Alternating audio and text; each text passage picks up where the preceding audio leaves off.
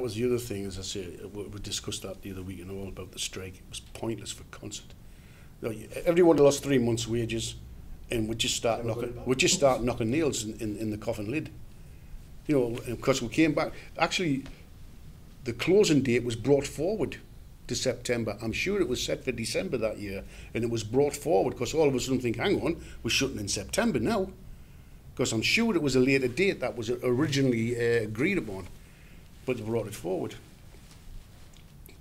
When people went to London and protested, was that with more hope than anything, or was that feeling that this was inevitable? That we, as the things that I was talking about, that people felt, we had to do something for the town, for the sake of the town, but was there a genuine feeling that it could be saved or not? No. Me personally, I couldn't see it being saved. You see, it's happened several times since then. Oh, there's a consortium coming in, going to buy it. Now, you've heard it in other places since then, like 10 years ago, 15 years ago, there's a business going down, there's a consortium going to buy it, and they never ever appear. British Steel weren't going to sell that furnace to anybody because if Concert kept on going, it would have cut right into their markets. They wanted it out the road and it was gone. Now, you get all these hangers-on. Some of them came on the train going down to London. The out-and-out silly workers, the silly party. Why don't you just take the plant over? Lock the gates. I says, well, you're playing at the hand, you stupid bugger, man. That's just what they want you to do. And then that means when the strike's over, they won't open it. The mentality of these people, they're not on this planet. I think it would be true to say, right up to 1980, there was hope, or we thought there was hope. Yeah. I don't think people give up. Even when you went down to London, I think there was hope there. I didn't give up. I went down to make the protest as such. The engineers union absolutely disgusted me. There was me and 3 other lads that had the meeting to discuss the closure when it was announced. They called a big meeting, all piled into the fitting shop, and Aidan Pollard, right lads, this is the situation. This all those against, 4 of us put our hand up. All those 4. They put down to accept the conditions that were going to be given to them. I thought, are you not going to fight first to get better conditions? If you're just going to walk meekly in and says, oh, there's a £5 for you, but if you're going to fight it, oh, there's 20 quid for you instead, because you're going to be bloody awkward with them. But they absolutely disgusted me, and then they found out the production workers, the electricians, like that, we're bloody fighting this, we're protesting against this, and then the engineers turned around and went with it. But it absolutely disgusted me in that meeting down there. But then again, you fought it. There was lads, I was going to say there's lads arrested in London. John Lee and big ref. They tried to block one of the bridges in London. Traffic crossing, they went out in the middle of the street with a banner. All right, come on, you two. Alec would have done that himself. He could have just laid on the road, right? Did you feel, Paddy, that there was a sense of hope, or was it more protest about protesting? I mean, the way I felt about it personally, it was going down there to protest. Whether it would do any good, I think you should if your job's, it's a town like it is, and what was going to happen to the community. I certainly felt I should do a protest, and. I mean, it was, as everybody knows, it was rumoured years and years. It was always going to close from our first start day.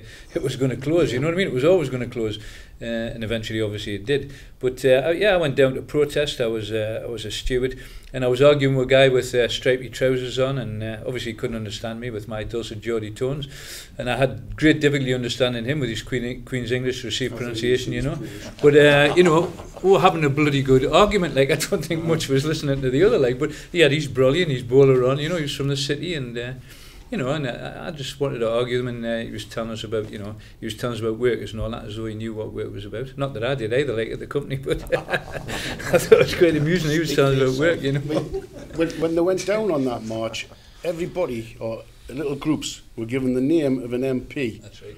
And when you got there, you called them out. When not one Tory came out. There was one walking in, somebody says, and we stopped this guy. And he says, I'm a Tory MP. He says, you're not producing enough work, you'll get shut down, and just walked away and left them. But there was a few Labour ones came out, but not many. And there wasn't one Tory came out. I saw Edward Heath. You can address them. I saw Edward Heath in it. So that was one Tory, because I saw Edward Heath, and that was the guy I got on my card. I think I've still probably got the card in the house. I've still got the what they call it, wore the stripe, you know, for the Bandana. How far true was it that the company was the only steel firm in the steel plant in the country to make a profit that year?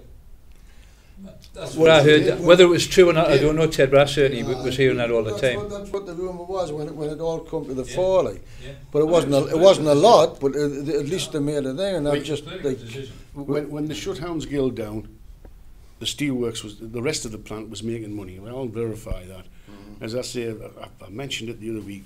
Sidebottom, in charge of the technical department, we used to have a chat with him every now and then. How's things going? And he says, we've got rid of Houndsgill. He says, we're making profit. We'll have the strike. We went back.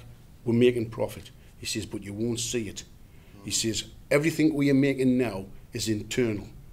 The steel goes to Corby, to the rolling mills there. It goes to Ravenscreek or whatever it is. It's shipped out.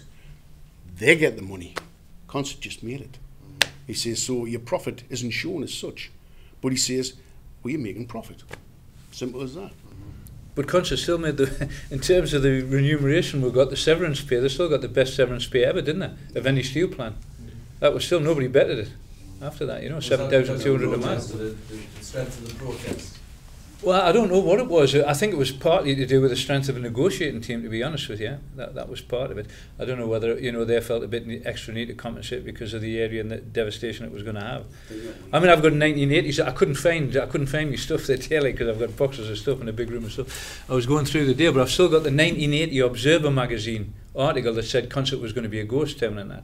And it's taken from where I used to live in Roger Street in Black Hill, and you're looking up and the works are looming over the old engineering sheds, not colour, and the sheds are looming over the back of Black Hill where I used to live. I've still got the magazine there. I wish find it, I'll bring it out and show you. So Concert, it's became a ghost town, or it's not. You know, that's kind of quite a nice sort of starting point in terms of an argument. But the Observer kind of sets up that possibility. Was the Times initially when people thought, well, this is a real possibility here? Did anyone think it? Well, for tradesmen, I mean, if you were a tradesman, like a welder, plate or something like that, there was no around here for you apart from Bolton's and maybe the odd one on there. And if you were a tradesman, you had to go either travelling or the Teesside or such side and such side. And at the time, there wasn't that much at Teesside. All right, the petrochemical industry was there, you know, but I mean, Middlesbrough itself was bad, wasn't it? For tradesmen and such that you couldn't get a job. That's for tradesmen wise. And then when you look at the money you were making at the company, if you went to the small firms around here, there was nowhere near you were going to get exactly the same what you were getting there. I was just talking about now that how you went to a variety of jobs, didn't you, when you left? Oh, yeah, I went to North Wales to do timber in the forest. You took any job, any job you could. Yeah. But there was a retraining program in that where a lot of people did learn new skills. Went to college and all that, yeah. A lot of the lads in the department I worked in went offshore, went onto the oil rigs, which was a booming industry at the time. But they had the skills to go out there. They got a skilled man's job, didn't they? Yeah. But they didn't get a job though.